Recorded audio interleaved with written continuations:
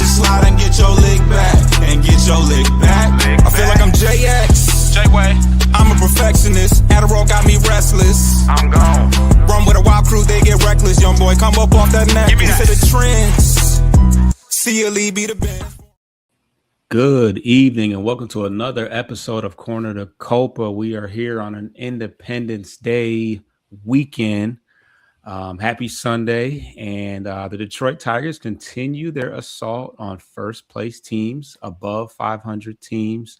And we knock off 2 series this week, bringing us to 40-50 and 7 games out of first place in our division and 5 back of the last wild card position.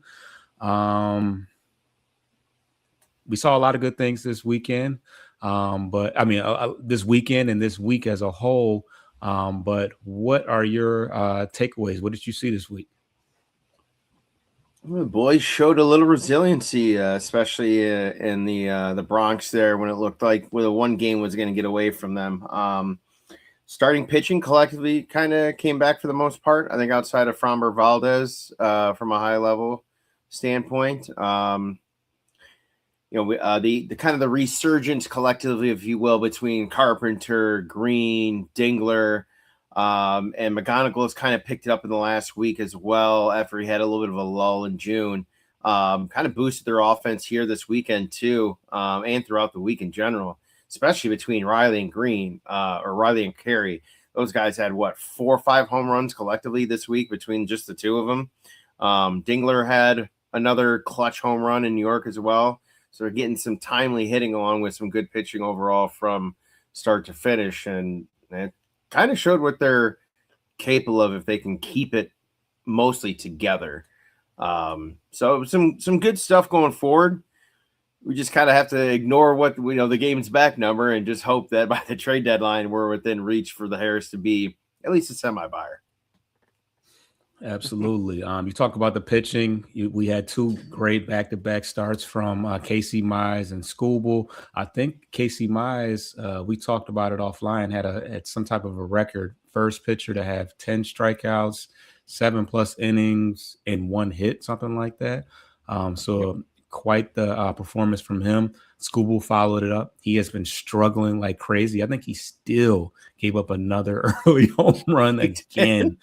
But yeah, he followed it up with another good outing. I think he went head to head with Cam Schlittler. We talked about how he was a Cy Young candidate. We pounded him.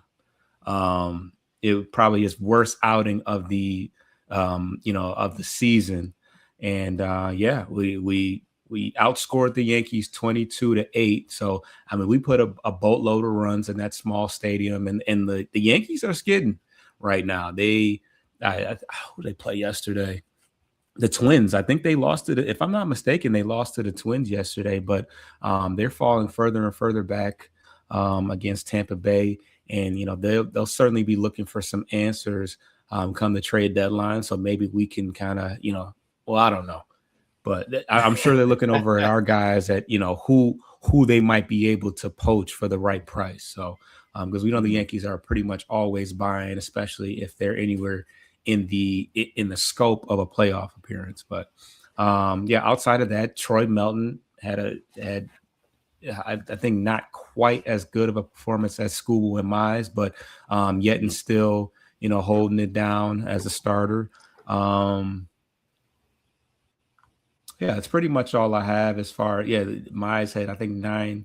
I think had 10 strikeouts. Skubal had 9, and Melton had 7. So, it once again just showing us what our team can look like when we have all, when we're stacked up, and even the guys like Flaherty, he has been pretty good as late. We'll talk about it a little bit once we get to the Texas series, but it was a series that and I've said it so many times that we had to have.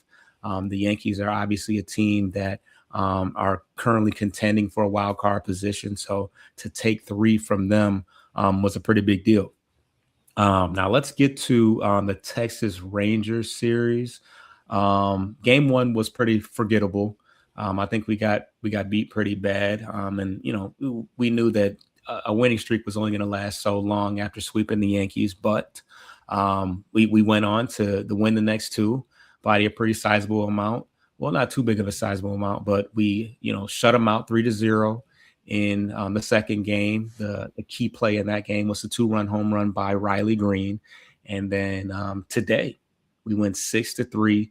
He has a home run, misses a home run by inches, ends up being a double. And yeah, proving why he's a 3-time All-Star. Had a crazy diving catch. I don't know if you got a chance to see it, but full extension, Superman mode. We flashed the leather quite a bit. McGonigal had a nice catch on a line drive, and Hyu Lee made a nice play in the hole, going to his right, which is certainly a tougher play than going towards the first base side. But he continues to make the Gleyber Torres situation. I don't think many people are really thinking about him right now. He's getting it done. He hit a home run in the game that we lost on Friday, but that OPS continues to rise to the league average. But yeah, a lot of good things. A lot of good things to talk about as far as the Ranger series as well. What were your takeaways? Yeah, the Jack start was good. Going to be picky for a moment again. 90 plus pitches through 5 2/3. So kind of about what he goes for on average now, but he limited I think he had 1 walk and only 3 hits. So he really did not have to pitch around much trouble. I didn't see really much of that game, but that tells me that he went deep into a lot of counts. So he kind of put it on himself, although he was able to retire most of those guys. They didn't reach base like we've seen him do, where all of a sudden he'll have, he might have 7 strikeouts, but he's going to have 4 walks and 5 hits, and he's going to have traffic that he's going to be kind of weaving around. But so, yeah, it looks like he's still trying to figure out the way to put away batters when they're still in a more positive count for him. But it was a good start overall. Needed it. Bullpen needed it, that's for sure. The chase stuff was good to see from him. Continued power offense from Carpenter and Green. Carried right over to Texas. Didn't stop. Dingler with some clutch hits again. It's like copy, paste, repeat. McGonigal had a couple hits in one game in the series, and he got on in each game that he played in. And that's I don't know if we've noticed, probably the first full week, honestly, that AJ's had this structure of lineup together with those 4 pretty much religiously at the top after he had moved Colt back down after his 3-homer game just over a week and change ago. So AJ's still fiddling with the lineup, but however, this week it's paid dividends, and it's pretty clear that he's leaning on the more consistent guys to get on and drive each other in. Absolutely. And one thing that I noticed about the game today, I mean, Kumar Rocker, outside of the home run, pitched pretty well. I kind of feel like they pulled him a little premature. They elected to bring the lefty in. I can't remember who got on base, but they elected to bring the lefty in to face Kevin McGonigal, which ended up being the wrong decision because McGonigal ultimately ended up getting a hit. And then Kerry Carpenter triggered the catcher's interference, so that put him on. And then I think right after that was the Riley Green home run, or not the home run, the double off the wall. So they knew they had 3 lefties in a row, but it ended up burning them either way. I mean, obviously the catcher interference is on the catcher. And then, they weren't able to, they completely could not get Riley Green out. They ended up intentionally walking him when he was a double away from the cycle. So all around great game which is, unwritten rule, classless situation. Yeah. But at any rate, it is what it is. We'll take it. And Riley Green, we thought that, and we'll talk about the All-Star situation a little bit more, but he just continues to excel. He's changed his hitting approach a little bit. He's hitting for more average. The power was slow, but we're now seeing, I mean, he hit 400 plus feet earlier today. He's starting to really strike the ball to the pull field and put some lift on the ball, because as he nearly knocks out 2 home runs in today's game, and they ultimately have to walk him to keep him. And then I think, did Torque get a hit? I want to say Torque ended up getting no, I think he drew a walk on that last one. In the 9th inning, yeah, after Riley was intentionally walked, I think Torque ended up drawing a walk behind him. Yeah. So yeah. A lot to be said for Riley Green. But as far as just statistics for the week, McGonigal set the table really, really well. Now these stats are prior to today's game, but he was hitting 264. He had 5 walks, an on-base percentage of .414, with a home run and 3 RBIs. I think he had a home run in the Yankee series, if I'm not mistaken. Zach McKinstry had a pretty solid week, 1 home run, 4 RBIs, 296 average. He's really, really struggled all year long, so it was good to see him kind of bounce back. We talked about it off air. I'm going to steal this one. In Tyler Holton's last 30 days, he's got a 1.46 ERA in 12 innings pitched. Despite the fact that our bullpen has been getting destroyed all year long, he has been a bright spot as of late. His ERA is now under 4. It was not previous to this month. And Colt Keith also quietly had a pretty good series. They highlighted it on the graphic. He's got an 859 OPS versus Texas. Hit a home run on. I think, did we see the? Didn't they? I think we saw this on MLB TV where they talked about the Rangers hadn't given up a hit, and then he jinxed it, and Colt Keith immediately hits a home run. So I jokingly said that Keith just loves Texas, just Texas pitching in general, because he had the 3 home run game against the Astros. So, So yeah, good to see that from Colt Keith. And right now, AJ's pressing the right buttons, getting the right guys in the game, and we're looking pretty good. Any closing thoughts about the Texas Rangers series? Not really, but I think another play. I mean, offline how much the flowers I give Montero, and obviously he had that great, amazing 3-inning win in New York after what looked like a sure loss.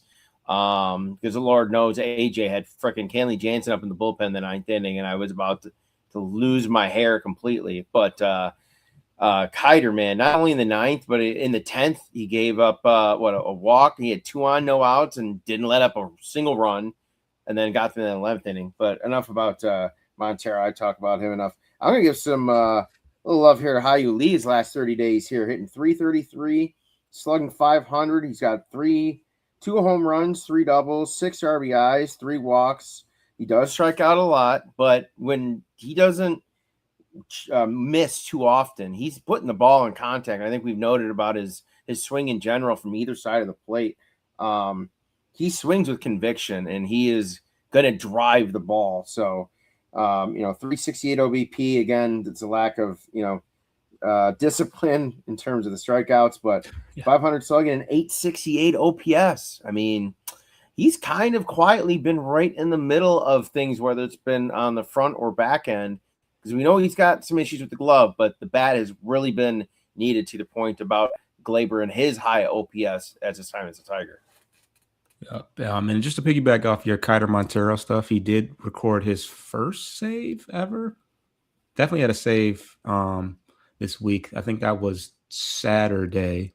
But Kenley Jansen did close out the game today, which is good to see. But it appears with Jack Flaherty pitching the way he is, and Kiter, stepping right in wherever he needs to be now as a back end reliever, just continues to get the job done. Last 30 days, 2.27 ERA, opponent batting average of 2.07. So he does it all.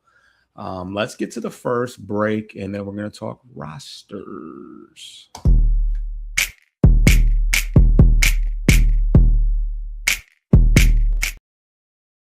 All right, Coach, take it away.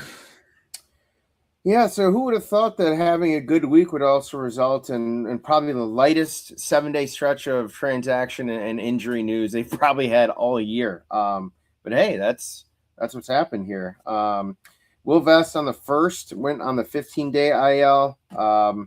Didn't look good when he came out. Elbow inflammation. It's usually not a good sign, and he's had some shoulder and elbow issues over the last year recently. So we'll see what happens. Glaber has been in a running program, but on the 5th today, they announced that he has not started any hitting program, and they do not have a timetable for his potential return at this time. So sounds like until they can get him swinging and hitting, whether it's in the cage, BP, or live pitching, doesn't look like he's coming back at least in the next series or two. That is it. Yeah, Glaber, I don't know. I always had the impression that, he was always just one bad swing away from, going back down with an injury. I hate to say. And he played in the World Baseball Classic and was just seamless through that. So very, very interesting, worth it, I'm sure, to him, but little odd. But yeah, let's talk about let's get to the minor league report. Lots to talk about, which, this is one of my favorite segments. Brent Callahan was recently not called up, but was promoted to AAA. He's played 10 games in Toledo. And thus far, in a small sample size, he's hitting 820, has an 827 OPS with a 47% hard hit rate, 5 stolen bases. And last night, his 4th hit of the night was a walk-off hit. He was a triple away from the cycle as well. Jace Young, speaking of AAA, hit a 451-foot home run. He's got 15 home runs this year. He's definitely a guy that you can keep an eye on if we ever need a corner infielder, first base or third base. But he's still looking for his first home run. Got plenty of home runs in the minor league. Still looking for his first home run as a major leaguer. Just missed seeing his brother in Texas. Didn't get that connection back together, but yeah, always a guy I think that we could dangle in a trade if we needed somebody with some pedigree. I mean, 1st round pick, had some minor league success, might need a change of scenery. Tigers might be buying and, hasn't really worked in Detroit, but there's always a chance, maybe a Texas team. He's obviously he went to Texas Tech. So I don't know if he's from Texas. I don't know. But maybe bring him back home or to the West Coast and for a change of scenery. But I digress. Bo Ankley. He's a corner outfielder in Lakeland, a name that you probably haven't heard much about, but somebody to keep an eye on. He had 4 hits and 4 RBIs the other day. He is leading the Florida State League in RBIs with 53, and he has 11 home runs on the season. So definitely somebody that if he's not in the top 25 prospect category yet, he's definitely making a bid for it this year. By far the best hitter in Lakeland as of right now. Well, I won't say that. We'll talk about that in just a little bit. Eduardo Valencia hit a 409-foot home run yesterday, 105 off the bat, and that's his 16th home run. More power on the corners. Another guy that could be dangled in a deal for somebody that's not held in high regard for the Tigers, but might be ready for the major leagues on another team. And I told you there was more Lakeland news.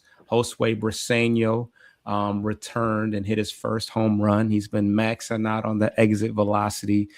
He is probably the best hitter in Lakeland right now, above Mr. Bo, but we'll see when because he's rehabbing. He's obviously hasn't played all year, but we'll see when he gets bumped back up to Erie or possibly AAA. They no real reason to fast track him, but he looks good. I feel like he's cut down. He's a big boy, he's 6'4", but I feel like he's cut down some weight while he's been rehabbing, just from the eye test. So good to see him back. He's only 21 years old, and he's a top 5 prospect for us. So he's I would think here to stay, but somebody to keep an eye on for sure. Lastly, Peyton Graham. He's playing in Erie. He was the third member of the Arizona Fall League team, along with McGonigal and Max Anderson. But he had an amazing week, 13 for 20 this week. But he did leave with a hit by pitch on his hand, if I'm not mistaken. But definitely flashing the speed, though. 45 stolen bases this year. Thing that we haven't, excelled well with as of late, as speed on the base paths. So gotta highlight that tool. But yeah, that pretty much does it for the minor league report. Let's I got talk. one. Oh yeah, go ahead. How about our boy? We noted it back in the beginning of the season just because of how devastating that injury he had that cut a lot of the season short last year. Bryce Renier went off in June for West Michigan. 20 games played, 352, 25 knocks, 21 ribbies, 18 runs scored, 6 bombs, and a whopping 1,140 OPS in the month of June. I gotta imagine, if not by the All-Star break, before September, this kid gets a promotion to what, AAA? Well, he's in Erie. Is he in Erie, right? Oh, he's in Low A, right? No, West Michigan. So yeah, Erie. Yeah, I think he gets a promotion.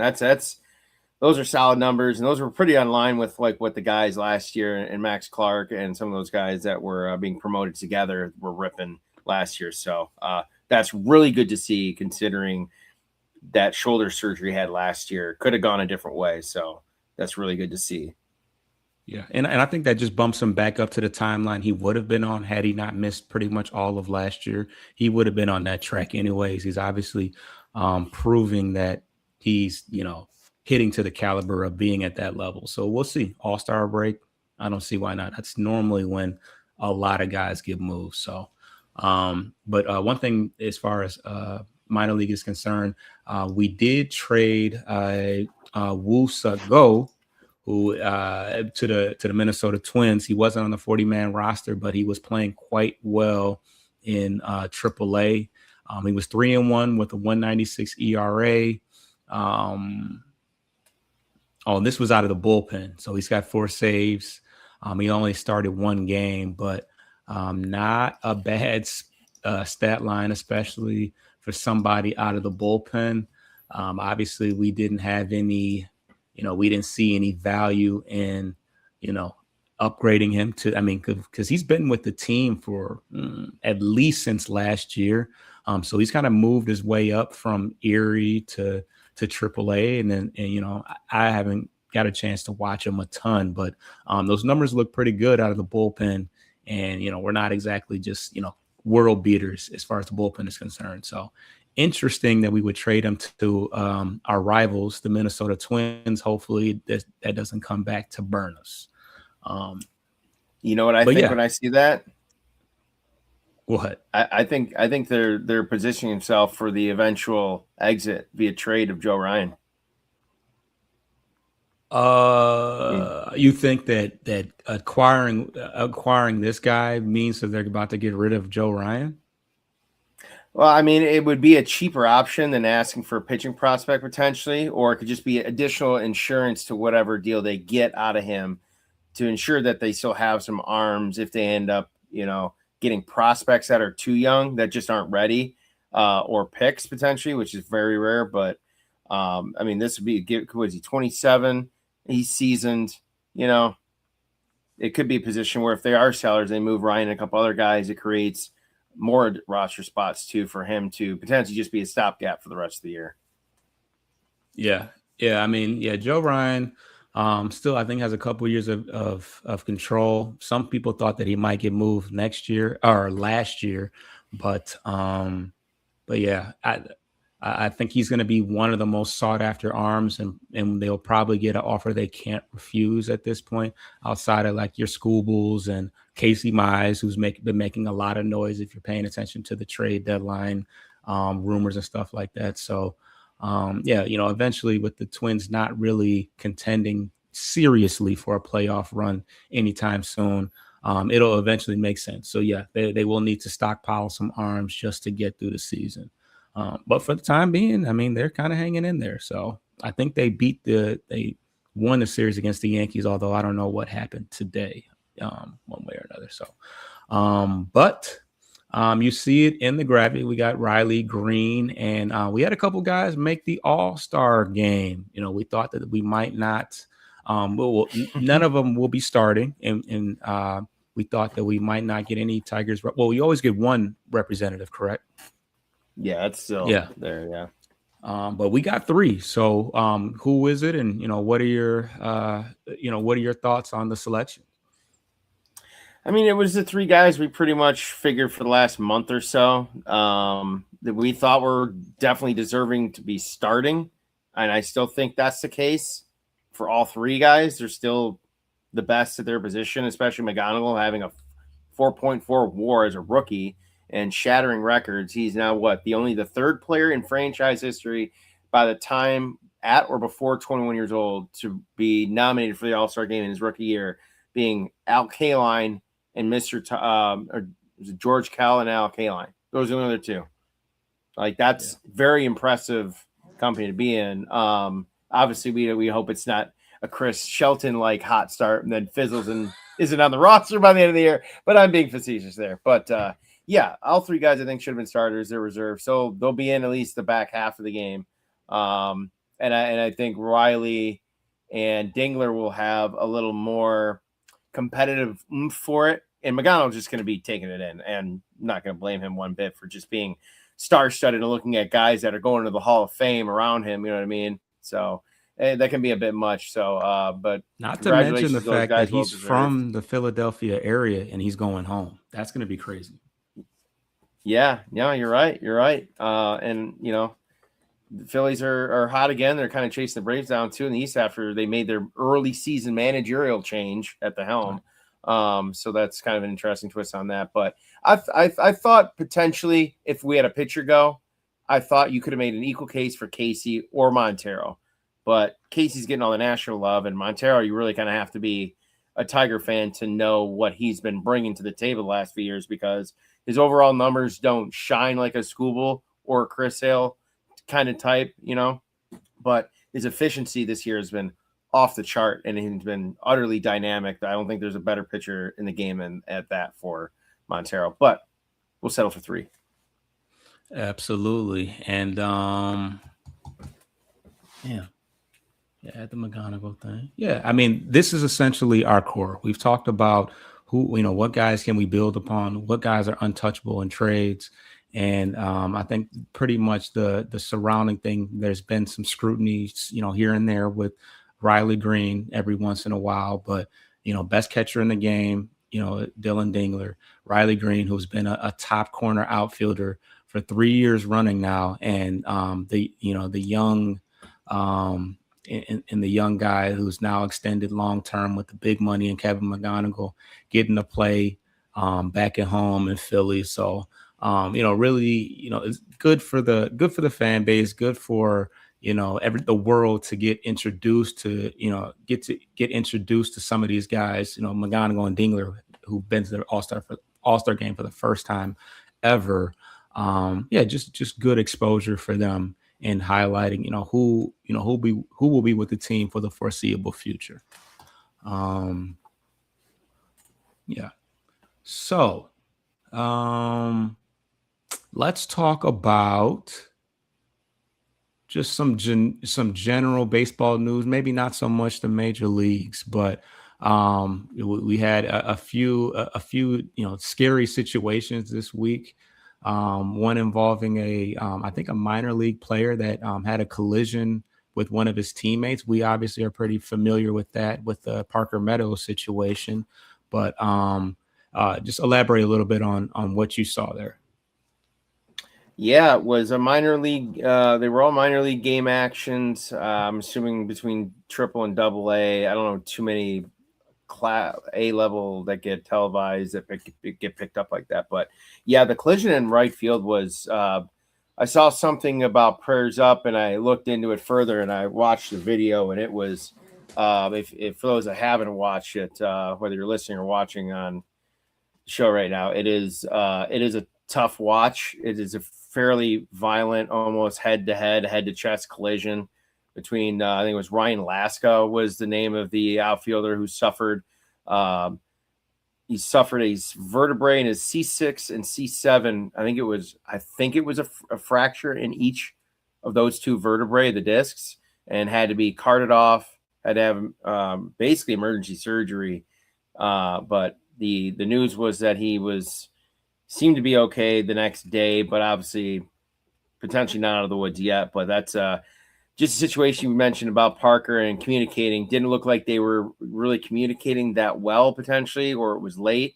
But those are kind of things that, you think that would practice over and over again. And especially in the majors and college, high school, you're usually around the same few guys for the most part for a few years in a row. So there's familiarity and continuity, and certain default things, I guess, if you will, that should be in place. But yeah, that was a wicked injury. And you do see it every now and again, even at the majors, you see it, and it's tough. But what were your thoughts and comments on that video after I sent that out to you? One thing I think that we talked about, you said that you kind of touched on just the physicality of the sport and how the players are getting bigger and faster, younger. Do you feel that plays a factor in some of the injuries? We see it in football, of course, not as much of an issue in baseball because there's not as much contact and collisions. But is there really a way? I mean, we saw the college combine, and there was some kid in there that looked like he was, just completely roided out. This guy's 17 years old, and he was built like I don't even know what to say, but he was built like Mark McGwire at the age of 17. But do you feel like just the fact, and I don't know if we can really curb it, because now you see even like the NBA prospects, you got kids that are 14 that are 6'5" already and like coordinated and can like do like windmill dunks, and I'm talking about like fresh out of middle school. But do you think that is going to the amount of physicality at this point is going to lead to more serious injuries? Well, from an outfield standpoint like that's more about knowing your teammates better and having a good system in place. Of course, nothing's totally foolproof, but look, they've been preaching, exit velocity, swing hard, swing for the fence kind of approach, and get better and consistent, hard hit rate. And that's what they're really teaching these days. So to a degree, yeah, because a little bit in that aspect, because the ball jumps off the bat faster, they have less reaction time, and you have less time to make a decision, period. So, and from a timing standpoint, you take an extra 2 seconds or so off flight time in the air. Yeah, it is like being in the box. You get that 1 second or 0.8 of a second to make up your mind if you're going to swing or not, or if, in this case, call for the ball or go for it or not. And, thankfully these guys have good medical coverage and everything and make good money. So the risk is obviously worth the reward, but the risk is also equally, they're accepting the injury portion. But it's different for different sports, though, to your point about basketball and football, especially those two sports where that is definitely physical compared to baseball. Now, in terms of size, I can see like infield plays around the bags, where there's more traffic and congestion.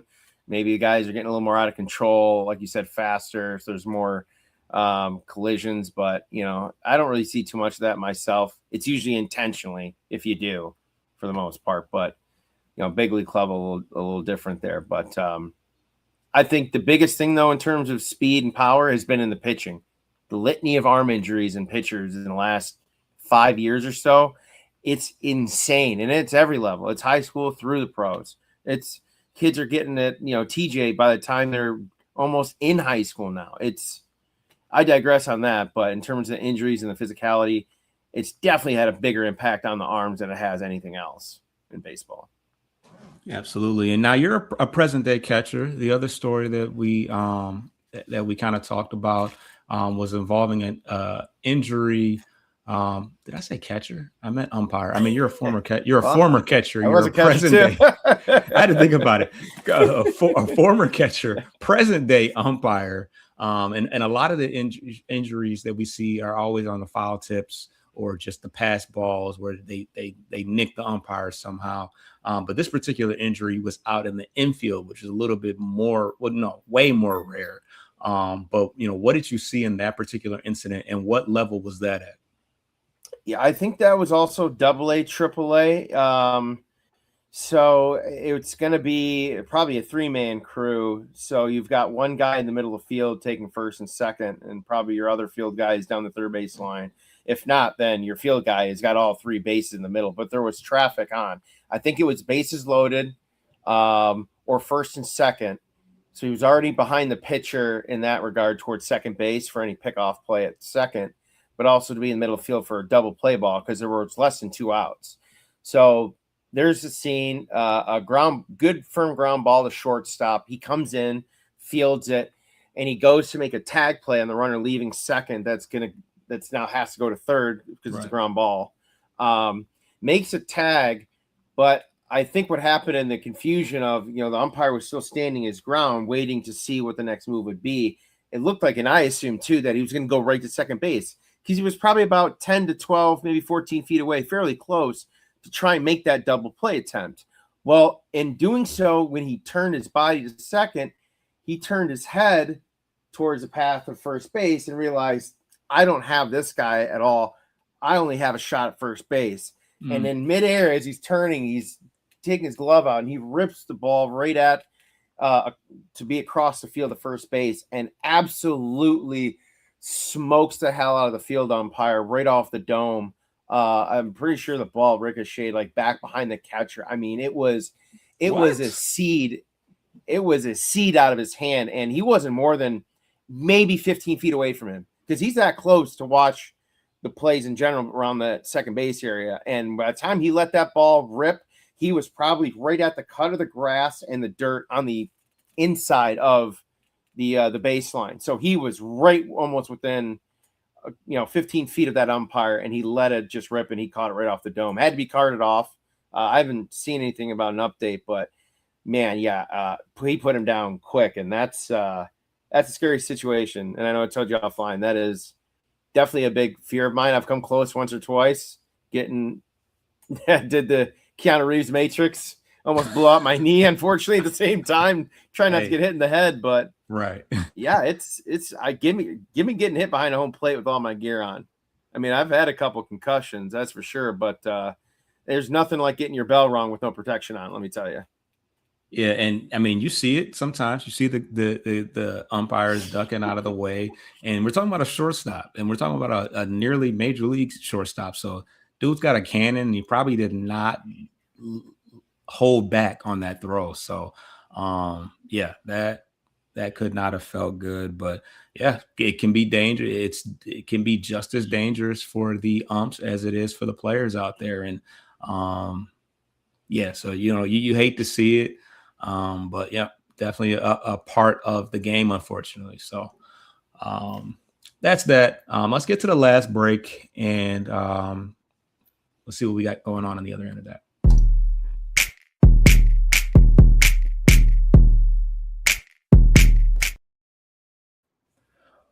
All right. It would not be Corner to Copa if we didn't have some trade talks. Obviously with the Tigers, continuing to stay in contention and be in the mix a little bit, I'm continuing to put my feelers out there and see, what direction we could go in, what can, put us in a position to be a stronger team come July, August, October, September, and then October. How could I forget September? Such a long your birthday month. A really long season. So we're you say we're running out of games, but we just hit the halfway mark. We still got a good 80, which is not a ton, but it don't take much for us. We've already seen how the Tigers get down. We see how they play against the top-notch talent. So there's my, soliloquy on that. I have my eyes on the NL West this week. First team I want to talk about is the San Francisco Giants. Now, this is a team that Scott Harris, I don't think he was a president of, I don't know if he was a president of baseball operations at that time, but he had a role in the San Francisco Giants. I would like to think he still got some relationships over there, and he could be in a position to be able to buy something off them. They're selling off their entire team. So that's Willie Adames. That's the pitcher they got over there. I can't think of his name. Robbie Ray? Yes. I think that, yeah. They got one name that they haven't talked about. Oh, well, Matt Chapman, who I looked into that situation. There's way too many years, way too much. Great defensive third baseman. I would love a Gold Glove caliber third baseman, but he just re-signed over in San Francisco, and he's not hitting very well. A name that I haven't seen is Jung-Hoo Lee, who's having a really, really good year. He's hitting 317 this year. He's got an 800 OPS. He's hitting really well with runners in scoring position. Hold on a second. Hitting 333 with runners in scoring position, 358 with runners on, a really high expected batting average. And I think that he could be, at the age of 27, with some years left on his deal, he could be our version of Stephen Kwan, a high contact rate, not as good defensively. I would have thought he was a little bit faster and a little bit better in the outfield, but nonetheless, lefty, high contact rate, hits for a high average, and can play center or in the corners. Not a big power guy, but we got power guys. We got guys that can hit the ball out. Kerry Carpenter, Torque at times, Riley Green. We got guys that can hit the ball out. So why not get another contact guy to just be annoying as hell the way Stephen Kwan is when he's at his best. The other guy, we talked about it in years past. Devers. What's his first name? Rafael Devers. Quietly, he has been on a scorcher as of late. His last 30 days, he's got he came into the day with 9 home runs and 15 RBIs, but I think he hit 2 home runs today, if I'm not mistaken. Fact check me on that one, but he's been on fire as of late. Obviously he's got a lot of money left on his deal. He's a lefty. We kind of have a first baseman. And I don't think that he wants to play DH. I think he would prefer to play first base, but he puts some legitimacy. He puts a little bit of fear into pitchers, into a lineup that, by playoffs, by the end of the playoffs, we had nobody to fear besides Kerry Carpenter. So I know they're trying to get off him as soon as possible, but I think that he will put some legitimacy in our lineup. And yeah, he's been on a tear as of late. So that's pretty much what I have as far as he's got 18 home runs this year. He's got an OPS of 796. So he is on fire. And he sprays the ball all over the outfield. And I think that he would play his hitting tool would play really well in Comerica Park. Outside of that, Colorado Rockies. We talked about it offline, but they have a lot of a couple different options as far as corner outfield is concerned, and that's definitely an area that we can get better at. Mickey Moniak and Jake McCarthy, they're both having really, really good years. They don't fit the timeline for the Colorado Rockies because they're a bit older. And, at this point, they might as well stockpile as much talent as they can get because, we don't know when the Rockies will be ready to contend again. They have played in an extremely difficult division. But outside of that, they have some really big arms as well. One guy that jumped out at me immensely is, what is his name? Dang, I had it somewhere. I'm gonna find that. But what are your thoughts? What are your thoughts about the Giants guys that I talked about? Devers is kind of the only one that's a little concerning. To your point, he's still carrying a lot per year for being just a hitter only.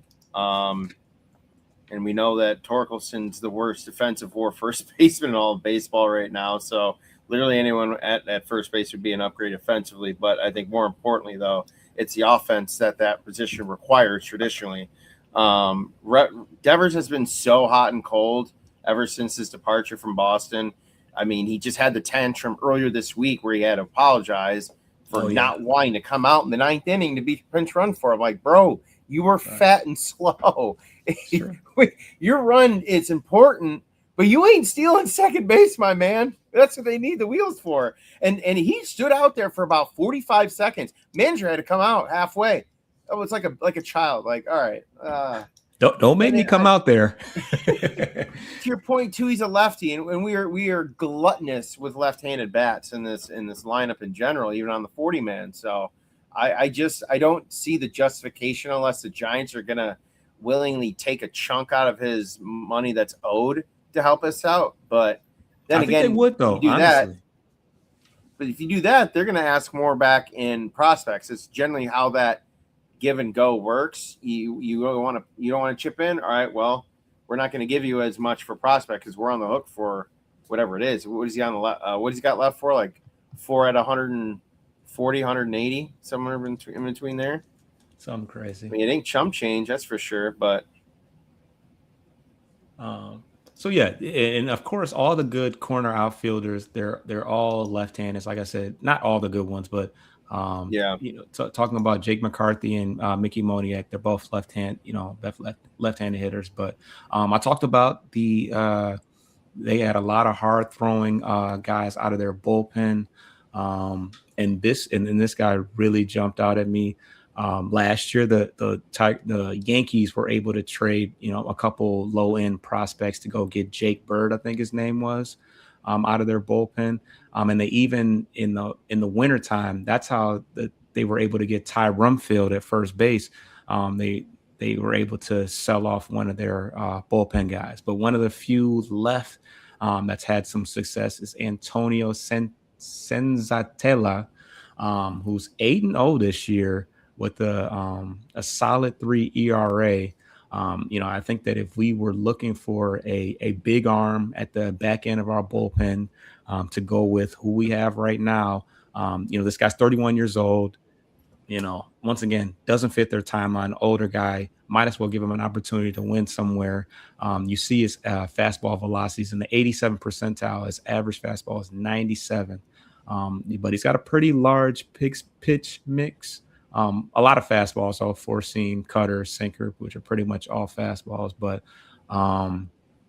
yeah, I mean, the market on bullpen arms, as far as the Rockies are concerned, can't be too much because the Yankees didn't give up anything crazy to go out and get a guy like Jake Bird. So I think that we could definitely snag him, snag a guy like Antonio for not that much, but. And I'm sure you probably never heard of him, honestly. Just only in the last couple months have I really kind of been keen to him. But it's kind of crazy how many guys there throw hard. Yet, it's pretty difficult to get guys out. But what do you think about this guy? He's been in the league for 10 years. I never had to have been a starter. Well, no, maybe he wasn't a starter. But, what are your thoughts about us taking a look at this guy? It'd be interesting, that's for sure. It kind of fits AJ's profile. He's over 38 years old. So right off the bat, he qualifies the first Leonardo DiCaprio barrier, if you will, as far as age. Good stuff. I mean, we've had some inconsistent, basically, if you think about it, Will Vest and Bo Brisky have basically been MIA since like the back end of last year. And we had relied on them both 2 years ago in 2024. So between that and Finnegan being touched up every now and again, and Jansen's just your ticking time bomb, basically. Every other outing, you're just hoping he doesn't give up another grand slam. But, yeah, I mean, there's got to be some change. And, frankly, if Jansen wants to win and chase another title and it's not kind of working out here, even though we might be a fringe buyer, I think it'd probably be best interest to move him to another team and then bring in a guy like this to kind of help, because let's be real, a lot of these guys like Brisky, Vest, and Holton, the tape's out on them. The scouting report's out. Teams can plan a little bit better for him, and then it's shown. Holton's had a solid year, that's for sure. Other guys are still dealing with injuries, and that hinders your momentum. You start putting good outings together, you start feeling good. I'm still. I mean, his Savant page this year is not great, but if you look at his box line scores, and I was on him last year for them to get him as Pirates reliever Dennis Santana, who took the infamous swing at the Tiger fan last year at Comerica Park while in the bullpen. Another guy right around the same age range. But look at the last 2 years, though, of numbers. And if you look at his box line stats for this year so far, he'll put together 4, 5, 6 clean outings, and then he'll get touched up for 2 or 3 runs. He kind of repeats that process this year. So the Savant doesn't do him justice, I think, because I know Pittsburgh's kind of been slowly declining. I know Skeens has been roughed up too recently. Yeah. So that might open up some availability for guys like, another one that I know we've talked about before he signed with Pittsburgh, even at the deadline last year, was Ryan O'Hearn, right fielder. I know would be an intriguing choice, but I think that would also be dependent on someone like a Kerry Carpenter going out in order to make a spot. So, but those are just the two I have in mind going forward, in addition with your guys. But I think that Rockies reliever would be a very good value piece for sure. That screams right up Harris's kind of general targets. Yeah, and unfortunately, O'Hearn's another lefty, but he's having a pretty good year. He definitely had an IL stint. And still has pretty good numbers. It's kind of crazy how Pittsburgh has now been a team that scored a decent amount of runs. Hey, look at the box score right there, 11 runs today against the Nationals. But Dennis Santana definitely had a couple. The last 2 years were definitely pretty good. I don't think he's certainly not off limits for Pittsburgh, especially since he's been struggling. But might be a decent back of the rotation guy if he can get it back going. I mean, back of the bullpen guy if he can get things going again. Because at this point, I don't know if we can be too picky looking at who we have this year. So. That pretty much will wrap up the trade deadline stuff. Will definitely be a talk in progress over the next month or so. Just want to get you guys in tune with some folks that could possibly be on our radar. I don't know. I'm not an insider or anything, but just some guys that I would be interested in personally. But we're at the 50-minute mark. Let's talk probables. What we got going on? Who we got coming up next? Yeah, so after they had the weird 3 games in 4 days in Texas with their required day off after playing for 15 straight days, they will get a travel day tomorrow. They come back home for 2 games before they wrap up for the All-Star break week, starting a week from tomorrow in the city of brotherly love, Tush Push City. I will call them the Oakland A's until they actually move to Vegas. The A's come to town. Tuesday will be Scooball against Springs. Wednesday will be Melton against Gin. Thursday will be Framber against Perkins. And then they turn right around the following Friday and welcome the red-hot Philadelphia Phillies into town. And, boy, let me tell you, on paper at the beginning of the year, this would have been a World Series-type matchup of starters on paper. Friday, well, with my exception of Friday, I would have been having someone else other than Jack. But Flaherty's pitching Friday night against Aaron Nola. Casey Mize was pitching Saturday against second odds-on favorite Chris Sanchez. And Sunday, the matinee is also between a couple of former Cy Young winners in Scooball and Zach Wheeler. So, boy, if you want to talk about beating the best at their best, I know we kind of bullied the Yankees, and they were in a bit of a downslide themselves. They've been streaky, but, boy, not going to overlook the A's. Obviously, that's still a good, talented team. But, boy, I tell you, taking 2 out of 3 from Philly, or hell, even sweeping them, kind of like what the Mariners did to us right before the All-Star break in our own building. That'd be nice to return the favor to someone this time. Yeah, that's definitely gonna be must see TV for sure. A lot of good pictures. We kind of joke about Jack Flaherty, but he's been decent. He's been serviceable, competitive since coming off the IL. So we'll see about that. But yeah, Phillies are right in the thick of things as far as the wild card is concerned. They've won 6 of their last 10.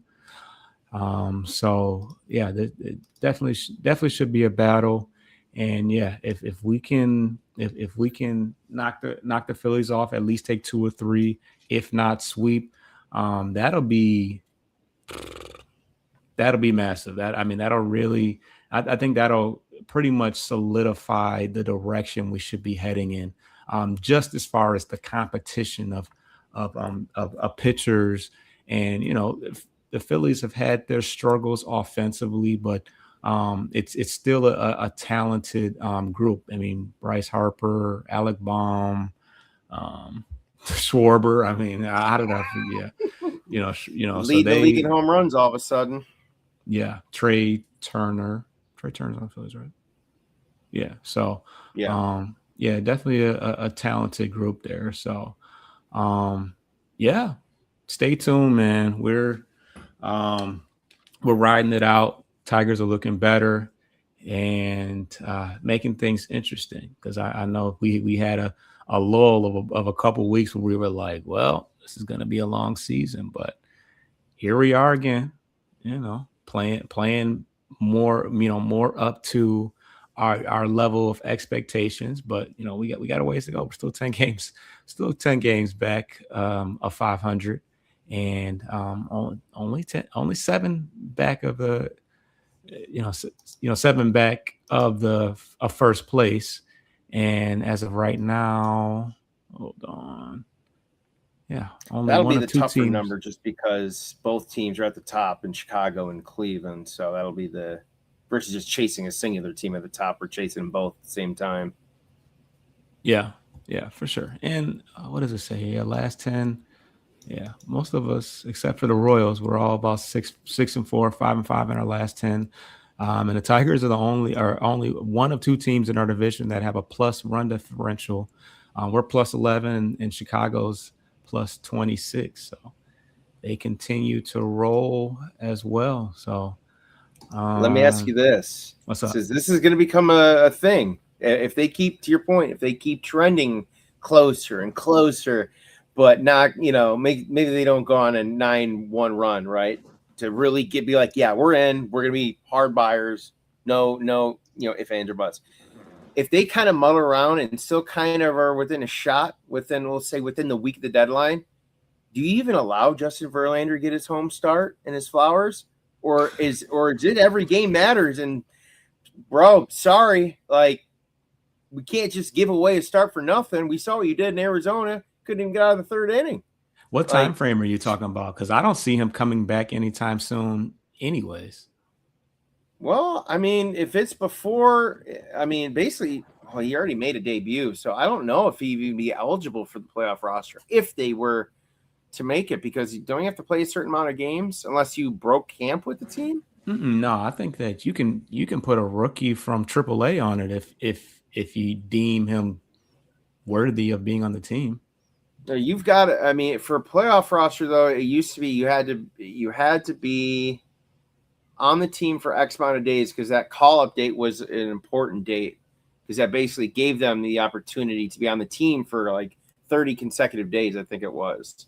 But yeah, do you even risk it? I don't think you risk just throwing him on a playoff roster just because. Even in the Houston series a couple of years ago, he didn't pitch at all in that, and that was I wouldn't be for playoff. Just to get his send off, if you will, regular season. Prior to if it makes sense. All right. If it makes sense, but I don't think you push it. I think hopefully we're buying some arms, and he's damn near the odd man out, because we went out and got Dennis Santana and a couple other guys. So you don't push it. The dude is making 15, and he's not making it all 1 year, but he's an expensive player coach right now that's plenty, and he's around. You see him I saw him in the dugout today. He's around, he's present. He doesn't even look like he's thinking about pitching right now. He's just kind of taking it all in and enjoying it. So yeah, hopefully he can be a part of the,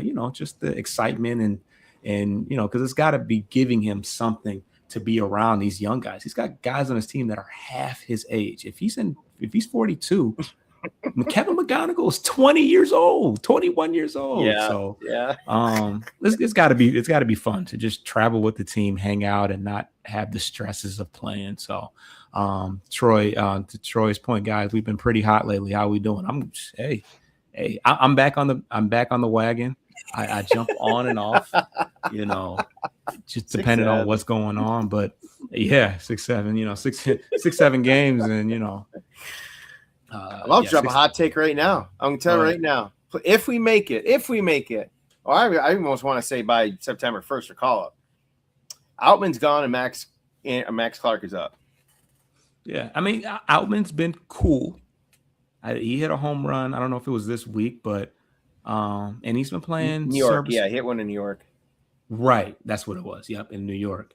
But everyone hit one in New York, kind of. So, but yeah, I mean, he's been serviceable. He's been playing some pretty good center field. He runs the bases really well, which is, I'm sure they love as well. But yeah, I highly doubt and I hope that they're not sitting here like, we could bring Max Clark up, but what are we going to do with James Outman? Like, I hope that's not the thought process. And, we saw the impact that Kevin McGonigal has been on the team. I mean, this guy went from, does he get sent down to manipulate his service time to an all-star and extended, 6 years out. So he's been that good. So, Max Clark could be that same, impact, but he's just got to remain doing what he's doing. And the time will come, in due time. So I'm not super keen on rushing it. I was more keen on it when we were falling apart and it was like, hell, why not? Who gives a shit? But right now we're competitive. Outman's kind of, meshing well at the bottom of the lineup.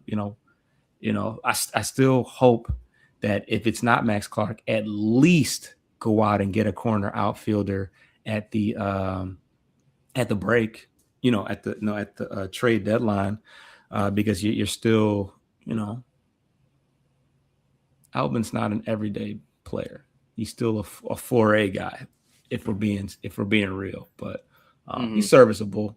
So I think it would make sense for Clark if you anticipate that Parker is not going to be able to come back at 100%, then there'd be no point rushing it. Now you really would need a permanent center fielder, at least for the rest of the year. But I think if that were the case, it'd be a nice blend platoon with Max and Matt Vierling going righty-lefty there. Righty-lefty, yeah.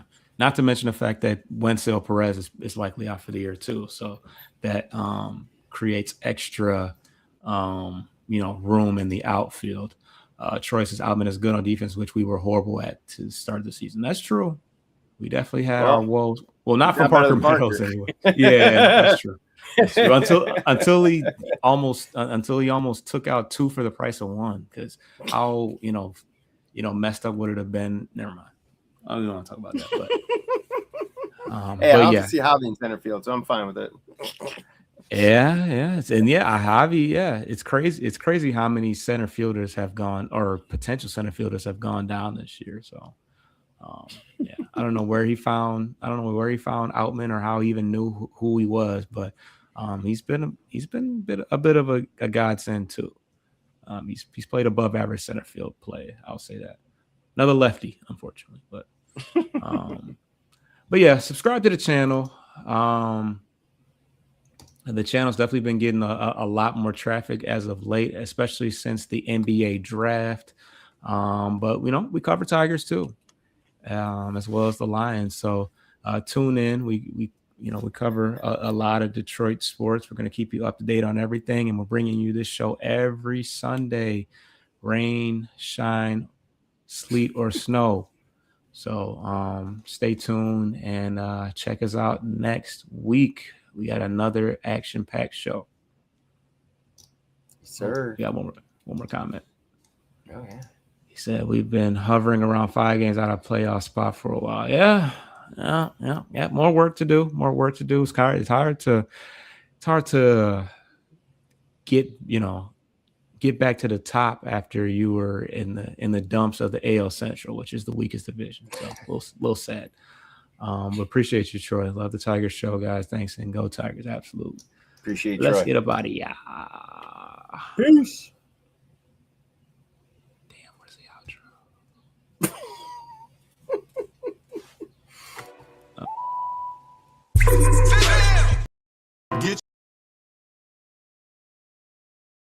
Get your lick back. If a nugget do something ain't